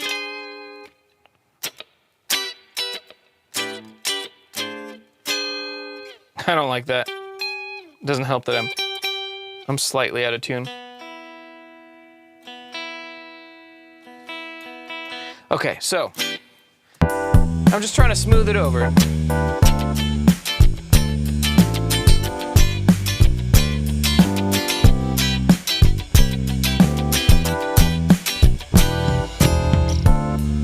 I got it, but I'm hitting the wrong chord. Let me think of a different voicing for that.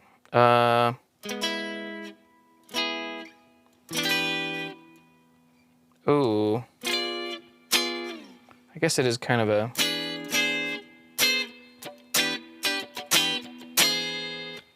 I'll just nail it better.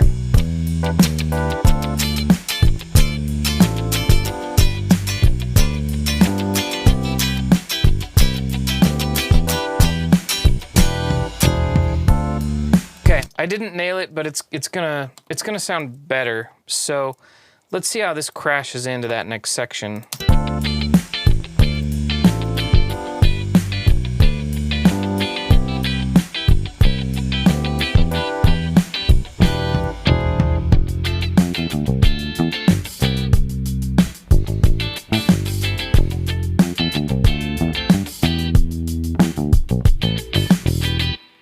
That's kind of cool. I'm gonna get the keyboard to do something. And I think so because everyone...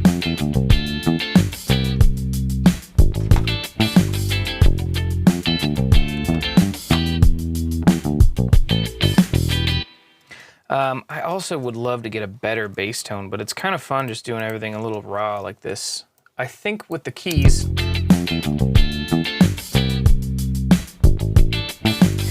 Before, the keys were coming in on 1. It might be fun to have the keys come in on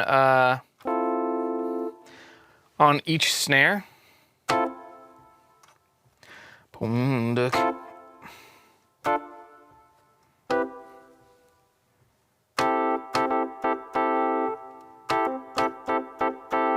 I don't know how I'm gonna do this, and of course I'm not the keyboard player, but let's see what we can do here. I got F major 7, D minor 7, C major 7, and then A minor 7.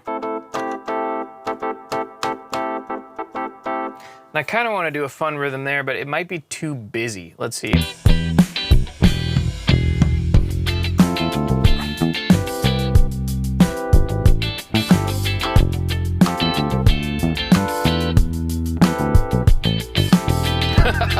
Okay, so bad at keys. But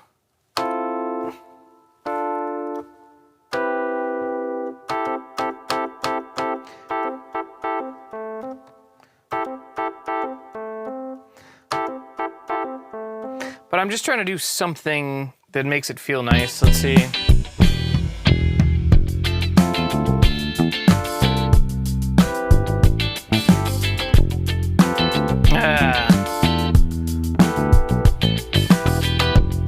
Okay, let me fix that.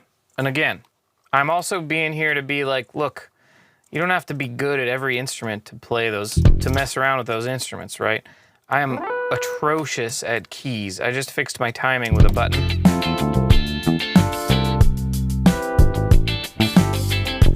But I like the sound of that, so... And then I completely effed up. Try not to swear on stream, even though... It's probably more of my daily life, but I'm trying not to get, you know, demonetized or whatever. So then this is going to be a E minor 7. We just have a nice E minor here. Let's throw this. Let's throw this D in here to make it a little more minor 7-y.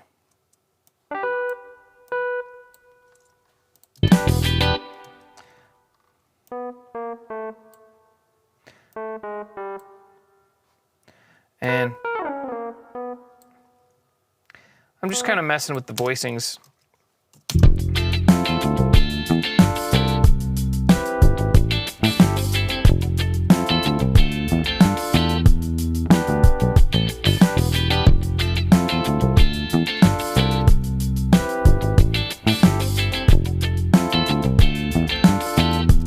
I want these to cut off with the snare. And if they're too short, they don't sound right. So it's nice when they go...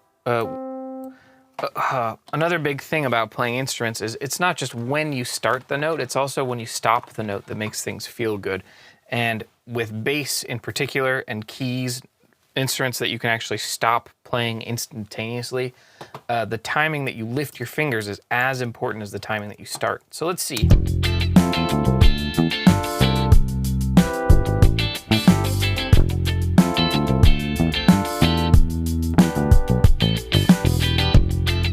That feels good. Let's see how it goes back into the tune, into the other section.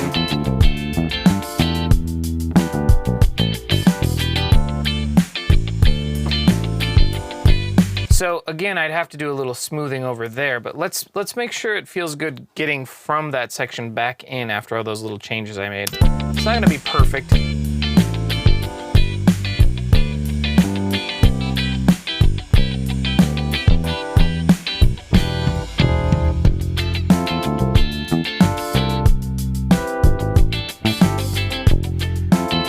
Good getting in, so now we got to figure out how do we get back out of this section, and then do we write a melody? Do I just keep going for like 2 more hours? When do I stop? I don't know. I'm having fun.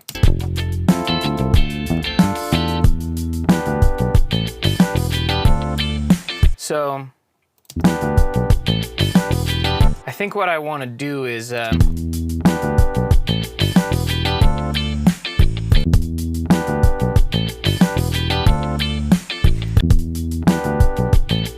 So if I'm listening to just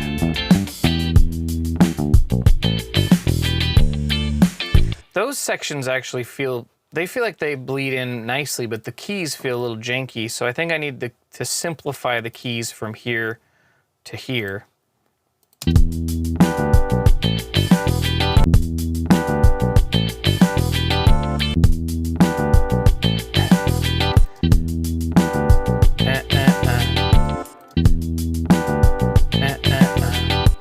So I could either go with the guitar and do some keyboard timing on these little ahs here. Or I could do a little keyboard riff where I play along with the bass here and go ba-da-ba-bum-bum, ba-da-ba-ba-ba-bum, which I'd love to try. I don't think I'm gonna nail it, but I guess it's just a pentatonic scale. But I want to go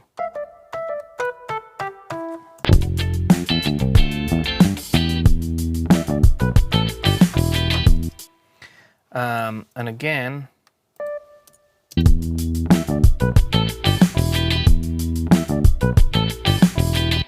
and I'm gonna let that be a little sloppy, and I'm gonna do it an octave lower.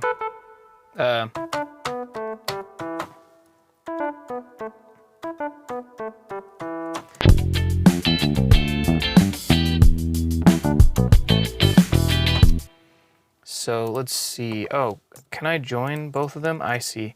I can't. So in that case, what I'm going to do here is I want that to be played in octaves, and my my shortcut key's not working. There we go. And I'm going to at least have this first one. No, I'll use the timing of this one. I'm going to leave the timing a little sloppy.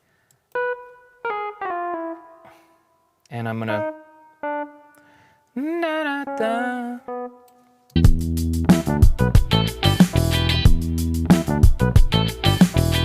That sounds kind of cool.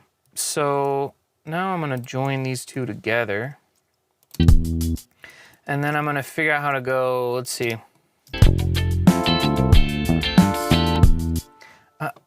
And I'm going to actually, I'm going to make this key switch to the right chord right here with the drums.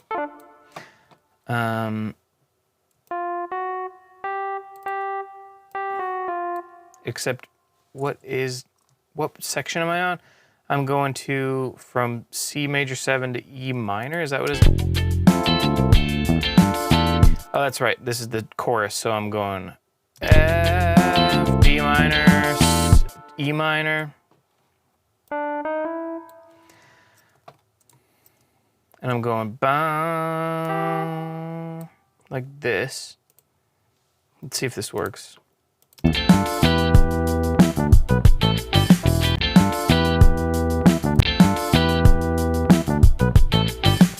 I think I want it to cut right on this kick, like this. Now I'll have it go as long as the bass goes. So let's see how that transition changes things. Because before it felt like it was crashing right in, but now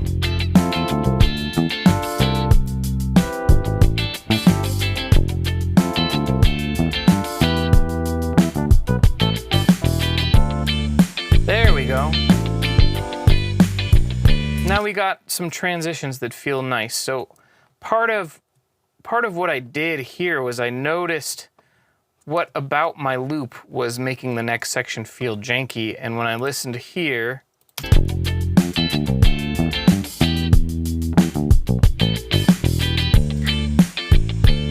the guitar and bass felt okay. One thing I could do here is I could also mess with the drums to give us a fill to lead us back to the next section.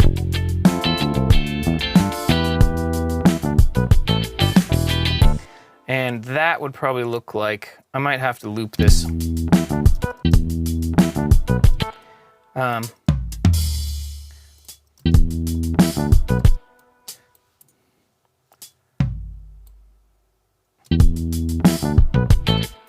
Let's see. I'm gonna get rid of everything and just kind of paint. Let's see.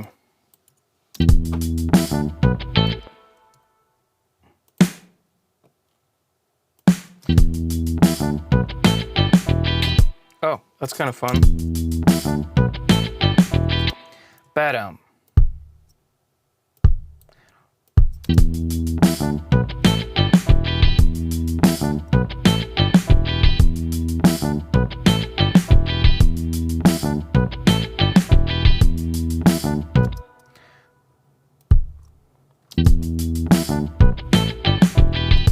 Chapacato.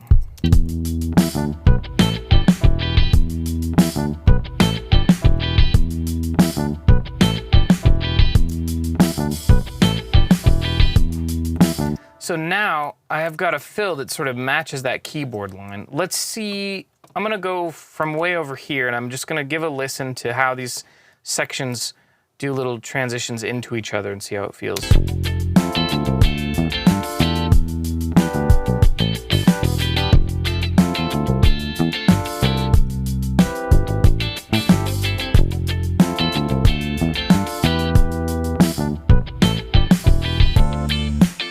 That sounds good.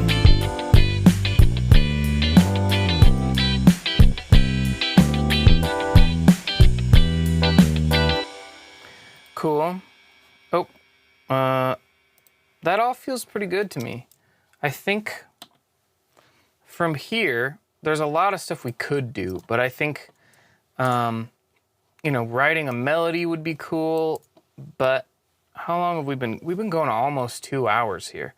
I'm actually just gonna see if anyone has any questions for me, and then I'm probably gonna call it a day, because this has been a nice, fun, long stream here. But I'm really liking, I like this tune, and maybe I'll work on it on my next stream or something. What do you think?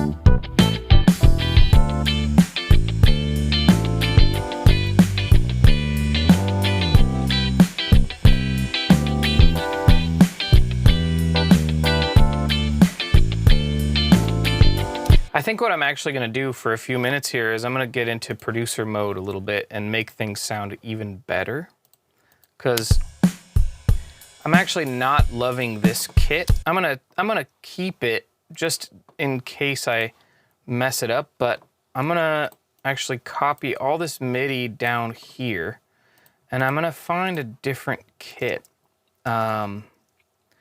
because I want this to feel like a little bit more poppy, but this is gonna be pretty. No. Nope.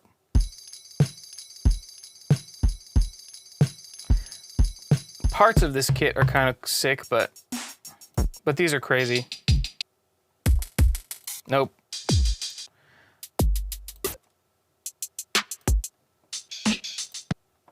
So I think actually here's what I'm gonna do. I'm gonna turn off this setting that makes my computer not freak out when I choose one of these kits.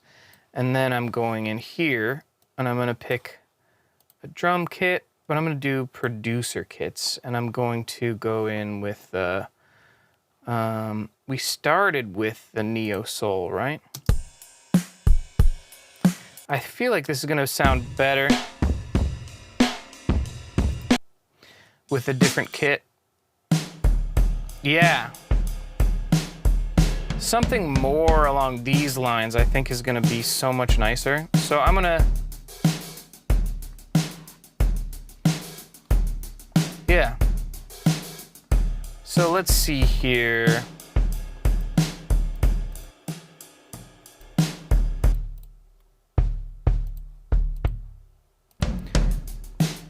Mainly what I'm gonna do is I'm gonna go in here and I'm gonna sort of curate pieces of this kit.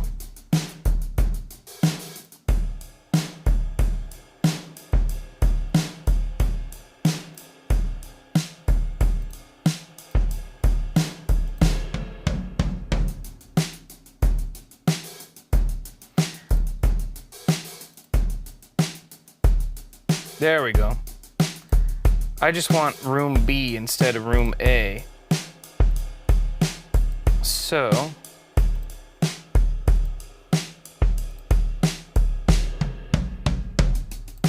and now what I'm gonna do is I'm gonna go in here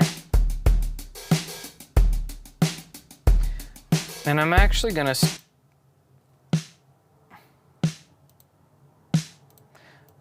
turn the snare top up a little bit.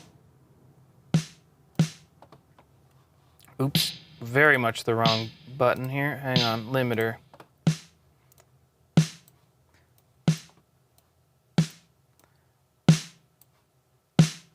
I just want a little more snare. Where's my snare? Let's see.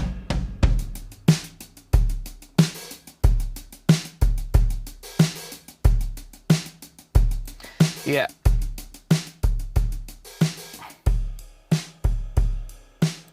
And I want to see how this EQ looks here. This is for me. I want a little bit more.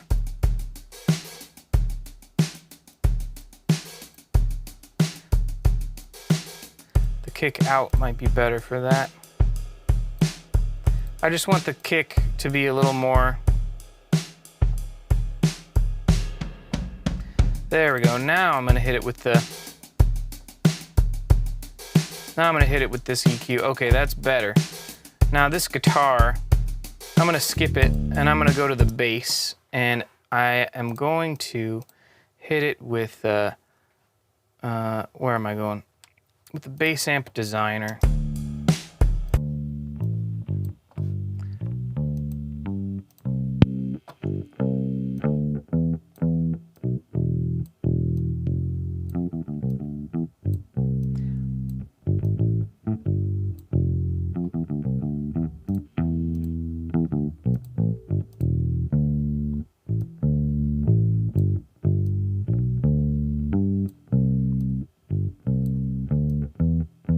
That sounds a lot nicer to me.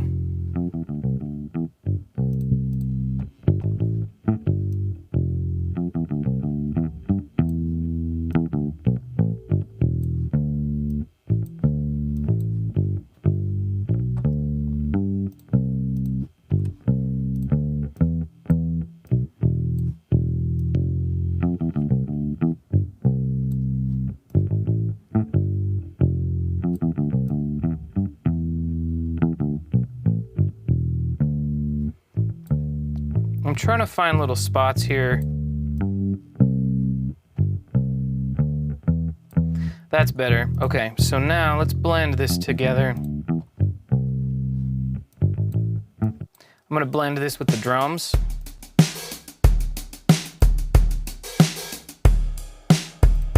And we're gonna go.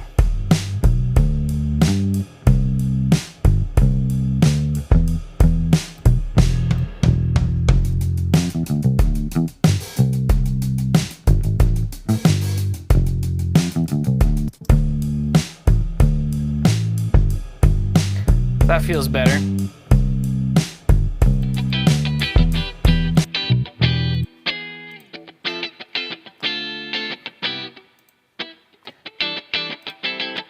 And this guitar, I just got a new pickup for it that is cool, but it's a little too bright. And it's very, sorry, that's gonna blast your ears. Let me turn this down a little bit.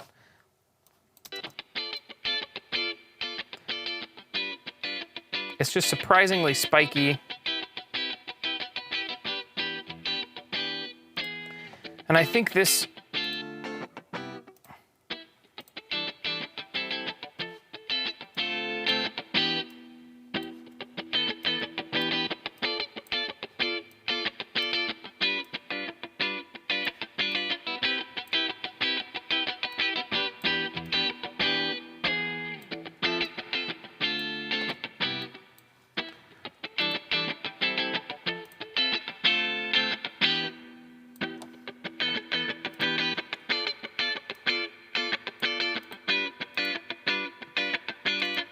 Now we need a little more gain.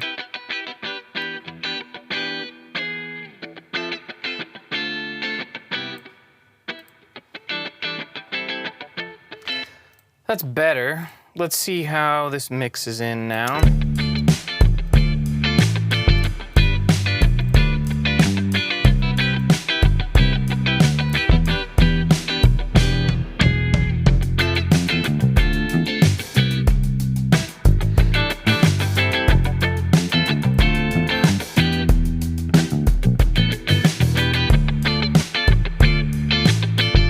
I'm looking for little spiky spots. Or spots that feel kind of muffled.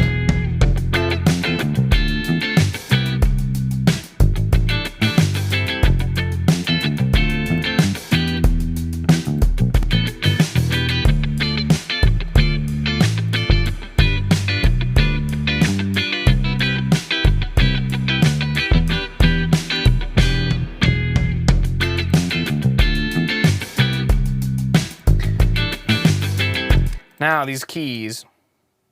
Where are you? They need some compression.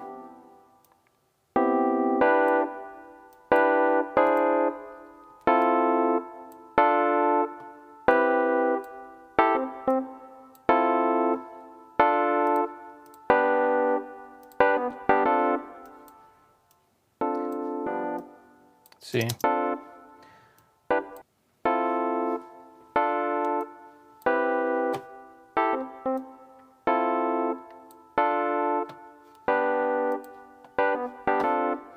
I shouldn't have done all that because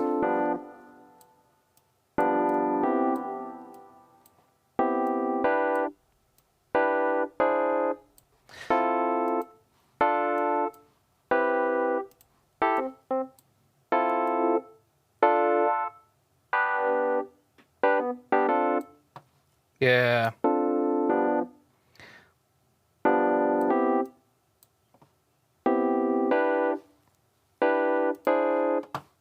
All right, let's see how this feels.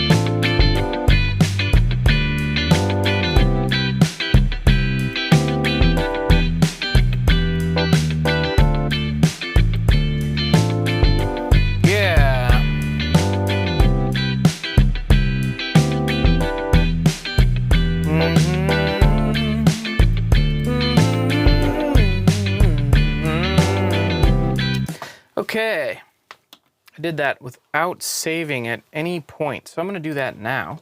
But thanks for hanging out while I write some stuff. I hope you enjoyed that, and I hope it was fun.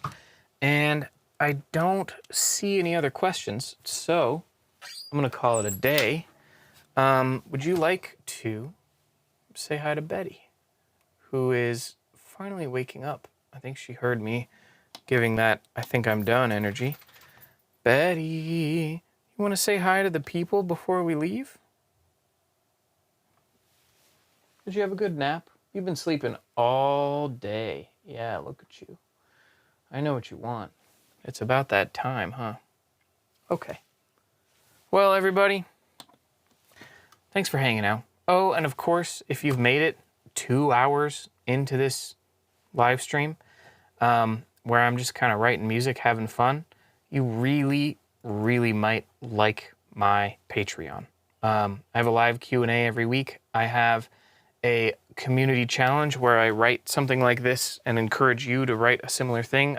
I'm not encouraged, it's a community challenge. It's saying, hey, all my patrons, you're welcome to participate and try to write something this week based on a prompt, like write something in the key of E minor, or write something using only one finger on your fretting hand, or you know, write a bass line, or write something sad, or you know, write something using a more complex theory concept like a 5 of 5 chord, or you know, melodic minor, or something funky. So basically, thanks for hanging out, and I'll see you next time. And I'm trying to get into a regular weekly stream, but I haven't quite found a format that I like, and I love just sitting around writing like this, so I might just be doing this. We'll see. Anyhow, thanks for hanging out. See you next time. Peace. Bye.